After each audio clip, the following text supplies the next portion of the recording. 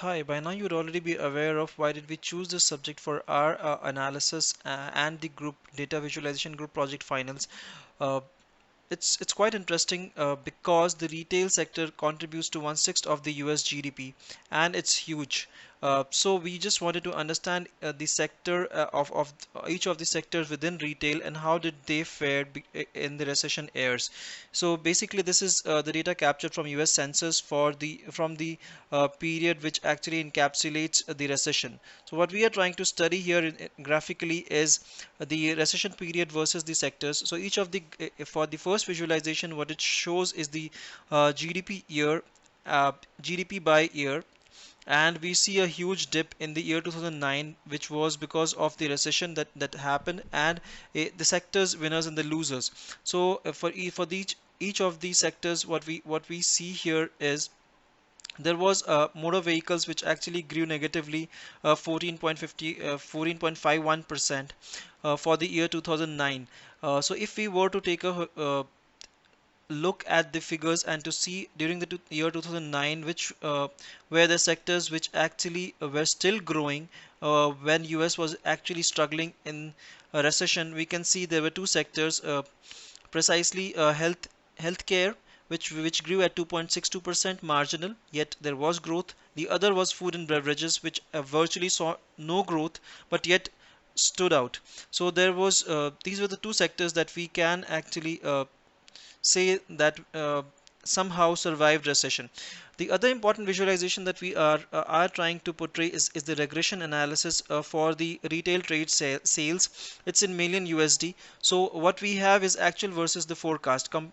Having a 90% confidence interval, considering a 90% confidence interval and using the regression, what we actually try to predict is the trade sales of actual versus if recession wouldn't have happened. So what we say is there would have the current US trade sales figure would look and stand out to 5,000 plus as compared to what it is currently. So this gives around 600,000 millions of difference. That's one of the forecasts that we are trying to portray. The next dashboard actually takes us through the complete analysis on brick and mortar versus the electronic commerce trades.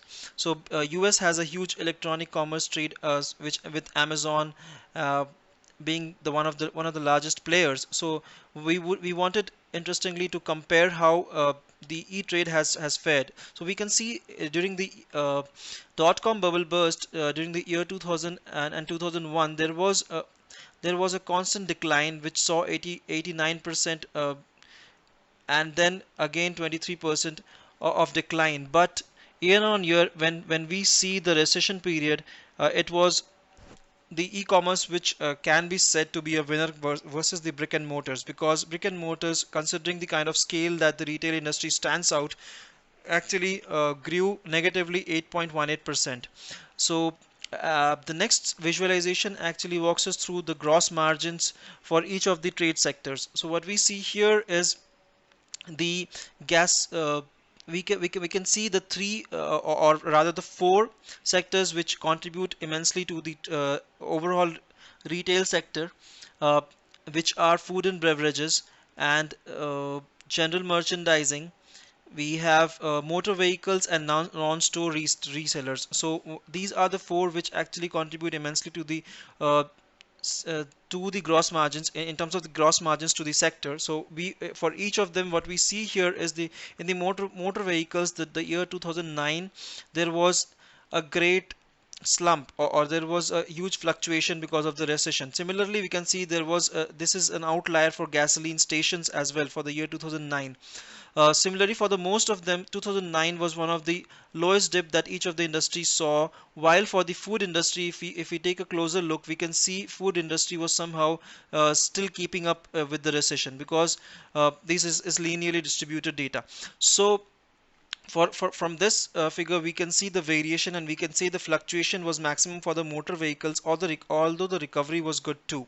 But in terms of variation, we can say non-store retailers and the motor vehicles stand out, and in terms of food and beverages stores, we can say it's a balanced uh, data, or it's a balanced sale, or the gross margins. So next and the last dashboard that we have here is the sales tax contributed by each of the sectors to the government. So we can see the motor vehicles, albeit has contributed a lot in terms of the sales taxes, and it's in green. But for the year 2009, there was a negative impact on account of the recession. The next visualization shows us the recovery. So if for each of these sectors, so if we were to closely monitor each of them, and let's monitor motor vehicles, let's monitor maybe gasoline and the building material and garden equipment. So if we see the motor vehicle did dip in 2009, and then there was a sharp increase, or the sharp recovery also. So we can see the recovery of gasoline and the motor vehicle was quite sharp, but for the building materials it was not to be so.